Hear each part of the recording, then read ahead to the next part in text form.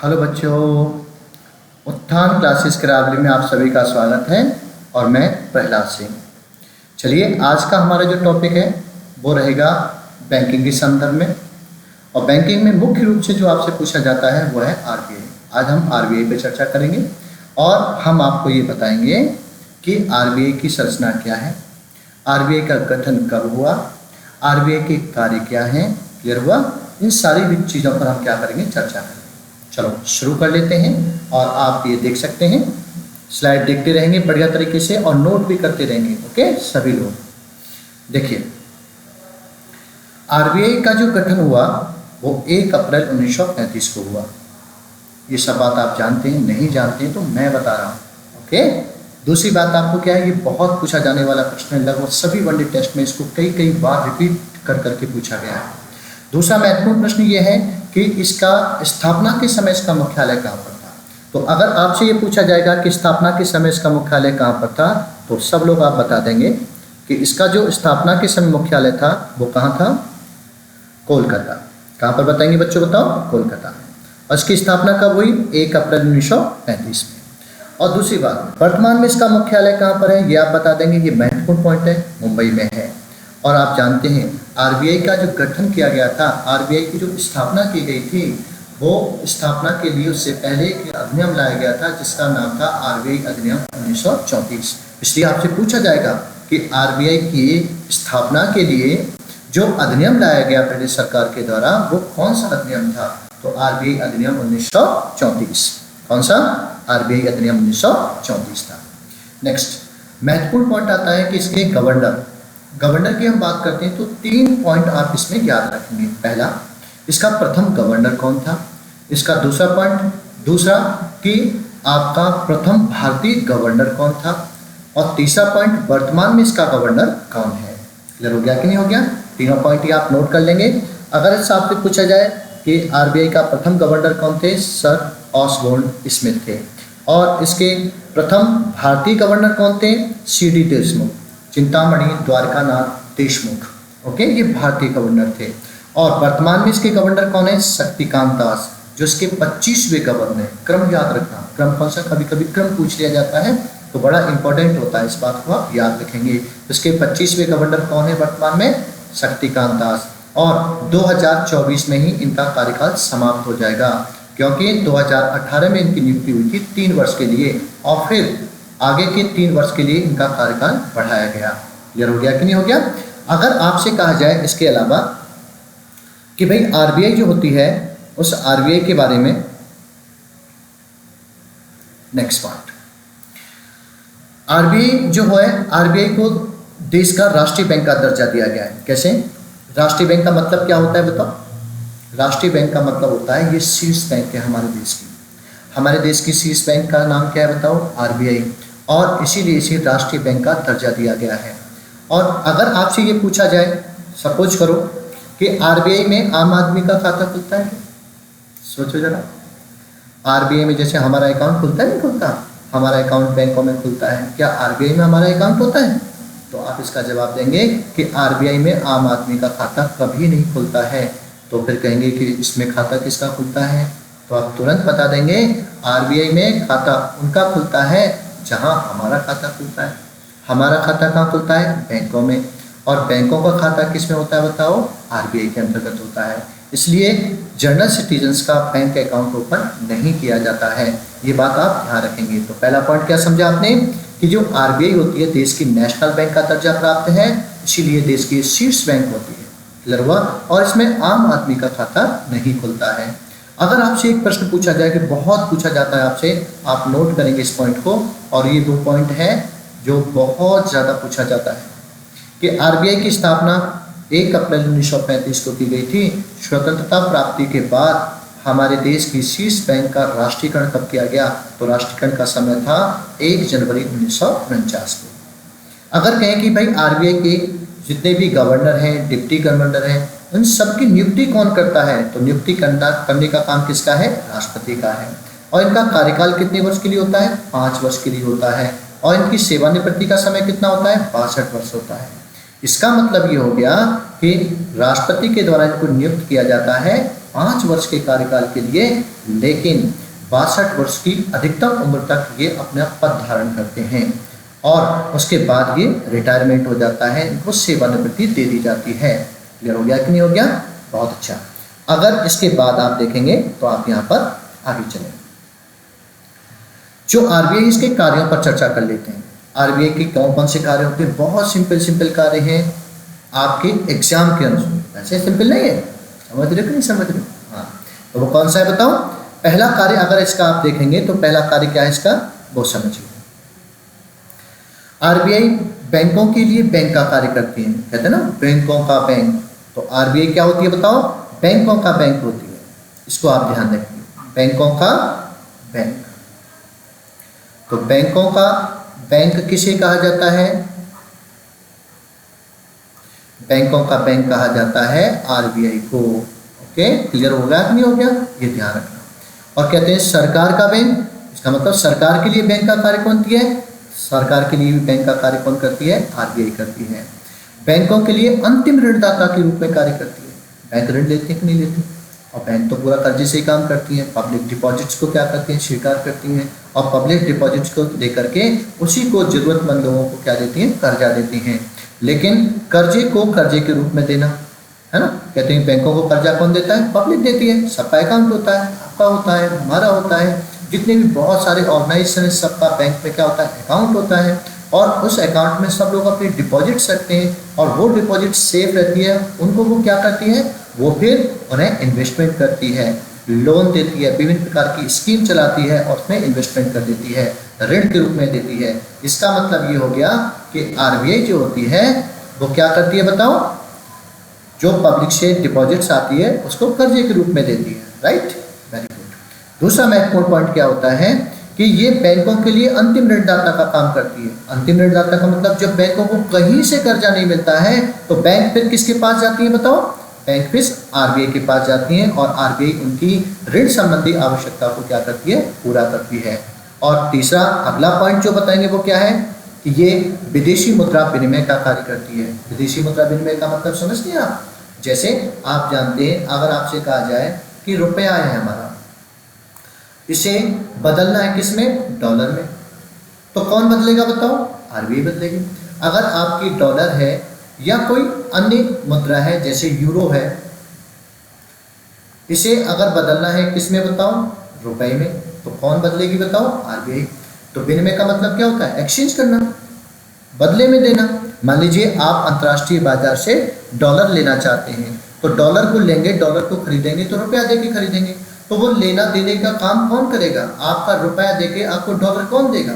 वो देगा आपको आरबीआई देगा। क्लियर हो गया कि नहीं हो गया?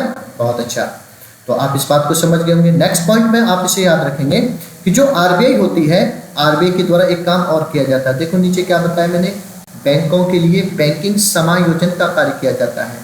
बैंकिंग समायोजन का कार्य मतलब समझते हैं? बोलो, कहेंगे नहीं समझते सर, तो देखो मैं बताता हूँ। ये हो गई आपकी आरबीआई, ठीक है। और मैंने अभी अभी आपको बताया कि आरबीआई जो होती है उसमें क्या होता है बताओ? बहुत सारी बैंकों का, जितनी भी है हमारे देश के अंदर, उन सबका खाता होता है। Bank 1, bank 2, bank 3, okay. इसी प्रकार से अनलिमिटेड चलता रहता है। इन सबका अकाउंट कहाँ होता है? आरबीआई में। सपोज करो बैंक 1 ने बैंक 2 से क्या ले लिया? लेन देन किया है, मान लीजिए कर्जा ले लिया है। और यहाँ पर बैंक 3 भी है, मान लीजिए बैंकों के बीच में लेन देन चल रहा है, ठीक है भैया। B1 ने B2 से कर्जा ले लिया, अब इसे देना भी तो पड़ेगा ना, बोलो देना पड़ेगा कि नहीं पड़ेगा? तो आप कहेंगे सर बिल्कुल देना पड़ेगा। जब बैंकों को देना पड़ेगा इस बैंक को, तो फिर क्या होता है? इनका खाता कहाँ पर है? आरबीआई के पास में। तो लेने देने की बात आएगी तो क्या करेंगे बताओ? आरबीआई क्या करती है? अपने अकाउंट में इसका B1 का भी अकाउंट यहाँ पर है और B2 का भी अकाउंट यहाँ पर है। तो B2 को B1 को देना है तो B2 के अकाउंट से B1 के अकाउंट में ट्रांसफर कर देती है जितना उसने पैसा लिया है। इससे क्या होता है? इससे समय बचता है। और दूसरा पॉइंट क्या होता है? इससे जो क्रिया व्यवस्था है, जो प्रोसेस होता है, बहुत स्पीड हो जाती है उससे। तो बैंक अकाउंट से बैंक अकाउंट में आरबीआई ट्रांसफर कर देती है। इसी को कहते हैं बैंकों के लिए बैंकिंग समायोजन का कार्य करना। ओके, क्लियर हो गया कि नहीं हो गया? तो मैं उम्मीद करता हूँ आपकी समझ में आ गया होगा कि बैंकिंग समायोजन का कार्य क्या होता है। नेक्स्ट, अच्छा, अगर हम बात करें कि इसका अगला कार्य क्या होता है, तो वो भी आप यहाँ पर समझेंगे आप। तो इसके अगले कार्य के रूप में आप यहाँ पर देखिए, बैंकों के लिए साख नियंत्रण का कार्य करती है। साख का मतलब समझते हैं क्या? बोलो, साख का नियंत्रण समझते हैं? तो कहेंगे सर साख का मतलब तो हम जानते ही नहीं। साख का मतलब होता है, हिंदी में अर्थवर्ष को कहा जाए तो इसका मतलब होता है ऋण से। किससे बताओ? ऋण। तो साख को क्या कहा जाता है बताओ? ऋण कहा जाता है। और उस ऋण का क्या हो रहा है बताओ? नियंत्रण। ठीक है, इसका मतलब बैंक जो होती हैं उनके पास पब्लिक का जो डिपॉजिट्स होता है, हमारा आपका बहुत सारे ऑर्गेनाइजेशन का जो उनके पास जमा पूंजी होती है, वो उस जमा पूंजी को क्या करती है? विभिन्न प्रकार का लोन देती है, इन्वेस्टमेंट करती है। तो उसके द्वारा जो इन्वेस्टमेंट किया जाता है, साख दी जाती है, ऋण दिया जाता है, उसे कंट्रोल करने का काम कौन करती है? आरबीआई करती है। फिर कहते हैं ये कैसे करती है भाई? तो फिर मैं देखो नीचे लिखा हुआ है आपके लिए, आप इसे ध्यान से समझिए। ये बहुत सारे टूल्स हैं जिनके माध्यम से आरबीआई क्या करती है बच्चों बताओ? वो बैंकों की साख नियंत्रण का कार्य करती है। आप देखिए, इसमें आप देखिए कौन है? सीआरआर। इसे कहते हैं कैश रिजर्व रेशियो। मैं अलग एक वीडियो बनाऊंगा, उस वीडियो में मैं आपको बताऊंगा आरबीआई के अंतर्गत मॉनेटरी पॉलिसी, मौद्रिक नीति। क्लियर है? तो उसके लिए एक अलग सेपरेट वीडियो बना दूंगा, तो उसमें आपको बहुत अच्छे से समझाऊंगा। फिलहाल मैं जो आपको बोल रहा हूँ उसे आप नोट करते जाएंगे। सीआरआर का मतलब होता है कैश रिजर्व रेशियो। ठीक है ना? इसे कहते हैं नगद आरक्षित अनुपात। ठीक है, इसका रेशियो।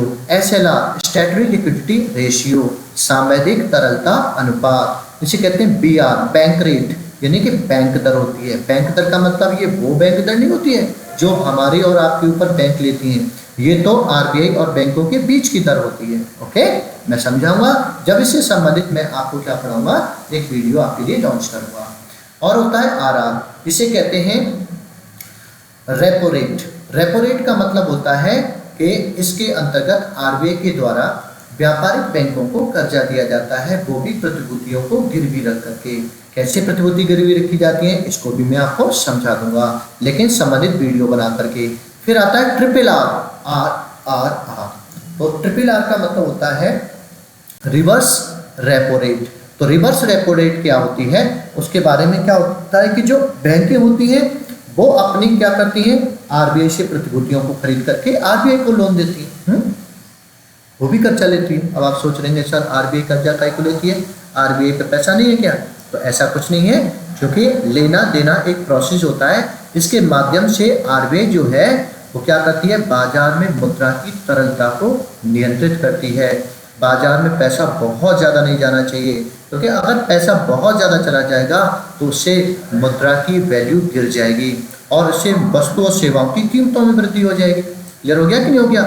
इसलिए आरबीआई हमेशा इसे नियंत्रित करके रखती है। क्लियर हो गया?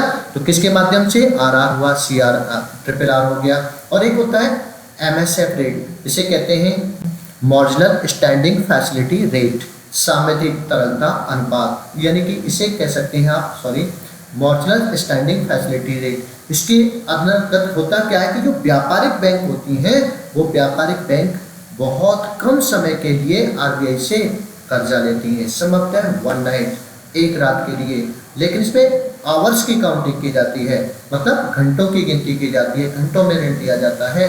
अल्पकालीन समय के लिए आरबीआई के द्वारा व्यापारिक बैंकों की ऋण संबंधी आवश्यकता को पूरा किया जाता है। तो जिस दर पर किया जाता है उसे एमएसएफ रेट कहा जाता है। बोलो क्लियर हुआ कि नहीं हुआ? बात समझ में आई कि नहीं? चलो बहुत अच्छा। अब इसके बाद आपने इसमें समझ लिया कि आरबीआई के कार्यों के बारे में। नेक्स्ट हम समझेंगे इसमें आरबीआई की संरचना क्या है।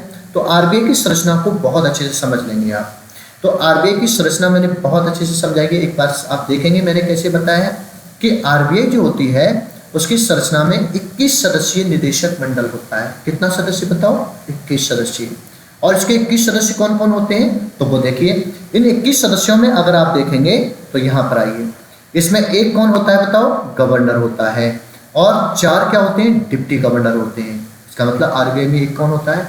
गवर्नर, जो इसका प्रमुख होता है, हेड होता है। और दूसरा क्या होते हैं? 4 डिप्टी गवर्नर होते हैं। फिर वित्त मंत्रालय के द्वारा जो अर्थशास्त्र होता है, अर्थव्यवस्था होती है, उसकी विशेष जानकारी रखने वाले व्यक्तियों की नियुक्ति की जाती है। कितने? 2 व्यक्तियों की।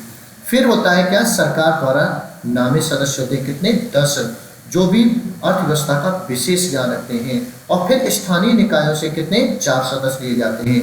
अगर इनकी आप टोटल काउंटिंग करेंगे तो टोटल काउंटिंग करिए कितनी हो जाएगी बताओ। अगर इनकी टोटल काउंटिंग करके आप देखते हैं तो जरा देखो कितने हो जाएंगे, 21 हो गए कि नहीं हो गए। तो देखिए 10, 4, 14 हो गए, 2 कितने हो गए बताओ, 16 और 4 20 और 1 21। इसका मतलब आरबीआई की पूरी संरचना जो होती है 21 सदस्यीय होती है। 21 सदस्यीय निदेशक मंडल होता है। कौन सा मंडल होता है बच्चों बताओ, 21 सदस्यीय निदेशक मंडल होता है। तो आरबीआई की संरचना के अंतर्गत, और ये बात आप ध्यान में रखेंगे। ओके, तो आरबीआई की संरचना में क्या होता है बताओ, 21 सदस्यीय निदेशक मंडल से ये कार्य करता है। अगर हम बात करें किसकी, स्थानीय निकायों की, तो स्थानीय निकाय कितने हैं बताओ, 4। और सॉरी 4 से कितना होता है बताओ, एक एक सदस्य को यहाँ पर लाया जाता है, यहाँ पर उनकी नियुक्ति होती है। और प्रत्येक जो 4 स्थानीय निकाय हैं उनको आप ध्यान में रखेंगे, और चारों महानगर में है, बहुत अच्छे से आप समझ लेंगे। सॉरी, स्थानीय निकाय में कौन सा है, एक स्थानीय निकाय कहाँ है, दिल्ली है, दूसरा मुंबई है, तीसरा कोलकाता है, चौथा चेन्नई है। यहाँ भी बहुत आसानी से रख लेंगे आप, नहीं रख लेंगे बताओ, दिल्ली, मुंबई, कोलकाता, चेन्नई। यन में क्या होता है, प्रत्येक के लिए अलग अलग 5 सदस्यीय निदेशक मंडल का क्या है, प्रावधान है। कितने सदस्यीय बताओ, 5 सदस्यीय। तो 5 सदस्यीय निदेशक मंडल होता है, जिनमें दिल्ली के लिए 5 सदस्यीय निदेशक मंडल, मुंबई के लिए अलग से 5 सदस्यीय निदेशक मंडल, कोलकाता के लिए अलग से 5 सदस्यीय मंडल, ऐसे ही चेन्नई के लिए भी होता है। और इनके जो सदस्य होते हैं कितने होते हैं बताओ, 5 होते हैं। इन सदस्यों की नियुक्ति कौन करता है, राष्ट्रपति करते हैं। और इनका कार्यकाल आप याद रखेंगे, कितने वर्ष के लिए होता है इनका कार्यकाल बताओ। इनका कार्यकाल जो होता है वो याद रखेंगे आप, कितना है बताओ, इनका कार्यकाल 4 वर्ष के लिए होता है। 4 वर्ष के कार्यकाल के लिए होता है। और आप जानते हैं आरबीआई के गवर्नर के लिए समय कितना होता है, 5 वर्ष का होता है। इसलिए यहाँ पर थोड़ा डिफरेंस है, इसे याद रखेंगे आप। क्लियर हुआ कि नहीं हुआ। अच्छा, तो इतना जब आपने जानकारी ली तो इसका मतलब क्या हो गया, इसका मतलब आज आपने ये जान लिया कि आरबीआई क्या होती है, आरबीआई की स्थापना कब हुई। ठीक है, चलो हम आगे का वीडियो नेक्स्ट बताएंगे। धन्यवाद, नमस्कार।